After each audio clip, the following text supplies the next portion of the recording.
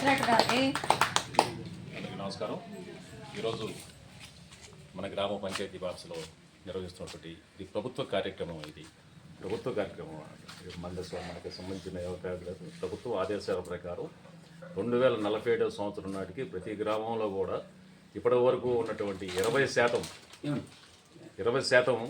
దిగువ అంటే ఆర్థికంగా ఎవరైతే వెనకబడి ఉన్నారో వారందరినీ కూడా మన ఆంధ్రప్రదేశ్ నుంచి పరాయి దేశాల్లో స్థిరపడిపోయి ఆర్థికంగా స్థిరపడిన వాళ్ళు, అలాగే మన భారతదేశంలో పలు ప్రాంతాల్లో చాలామంది కూడా సంపాదించుకొని బాగా ఉన్నత స్థితిలో ఉన్న వాళ్ళందరినీ కూడా దీంట్లో మమైకం చేసుకొని ఇక్కడైతే మన గ్రామాల్లో మన ప్రాంతాల్లో వెనుకబడి ఉన్నారో ఆ 20% మందిని 100లో 20% మందిని గుర్తించి వారందరినీ కూడా అభివృద్ధి బాటలో తీసుకురావాలి, వాళ్ళందరినీ కూడా అత్యుత్తమైనటువంటి జీవనాన్ని కల్పించాలని చెప్పేసి సంకల్పంతో ఈ కార్యక్రమాన్ని ప్రభుత్వం తీసుకురావడం జరిగింది.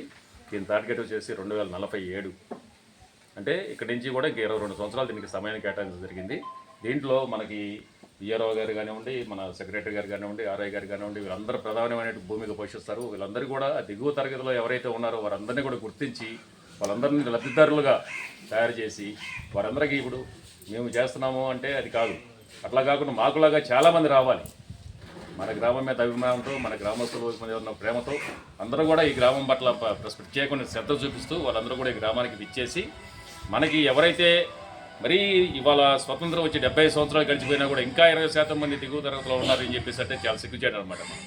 మనందరం కూడా చేయి కలిపి మనందరం కూడా మన సోదరులందరినీ కూడా పైకి తీసుకురావాలి. అందరూ కూడా ఒక సమానమైనటువంటి జీవితాన్ని గడపాలి. వాళ్ళకి ఆర్థికంగా ఉన్నా లేకపోయినా విద్య వైద్యం అందరికీ అందాలి, అందరికీ బాగుండాలి, అందరూ బాగుండాలని చెప్పేసి ఒక సంకల్పంతో ఈ కార్యక్రమాన్ని ప్రవేశపెట్టడం జరిగింది. దీంట్లో భాగంగా మరి గత 20 సంవత్సరాలుగా మేము ఈ ఊర్లో నుంచి కార్యక్రమాలు చేస్తూ వస్తున్నాం.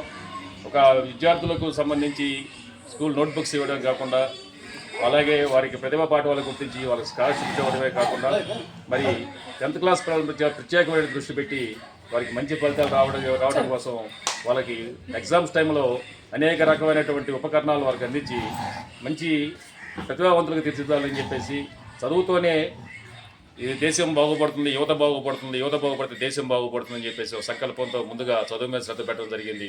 అదేవిధంగా మీ అందరికీ తెలుసు, మన ఆలపాడు గ్రామంలో దరిదాపు ఇప్పటి వరకు కూడా 12 మెడికల్ క్యాంపులు పెట్టడం జరిగింది. తెనాలపట్నం నుంచి ఎంతోమంది వైద్యులు తీసుకొచ్చి ఇక్కడ రకరకాలైనటువంటి ట్రీట్మెంట్స్ ఇప్పడం జరిగింది.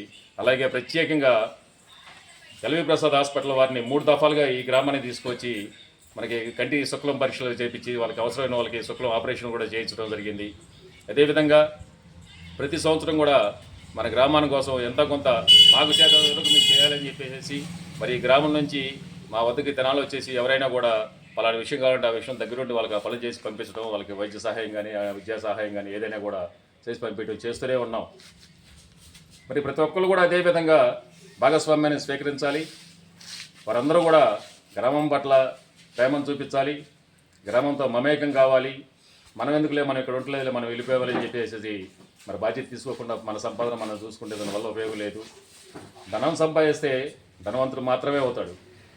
ఆ ధనాన్ని సద్వినియోగం చేసుకుంటే భగవంతుడిగా మారుతాడు అనమాట. ఆ లక్ష్యంతో ప్రతి ఒక్కరు కూడా పనిచేసేసి మన దిగువ తరగతిలో ఉన్నటువంటి మన సోదరీమణులందరినీ కూడా మనందరం కలిసి చేతునిచ్చి ఒక ఉన్నతమైన స్థితికి తీసుకురావాలి. అదే లక్ష్యం. ఆ లక్ష్యం కోసం ఈరోజు ఈ కార్యక్రమాన్ని ఏర్పాటు చేశారు. దాంట్లో భాగంగా ఇప్పుడు ఉన్న వాళ్ళని లబ్ధిదారులు వీళ్ళందరూ కూడా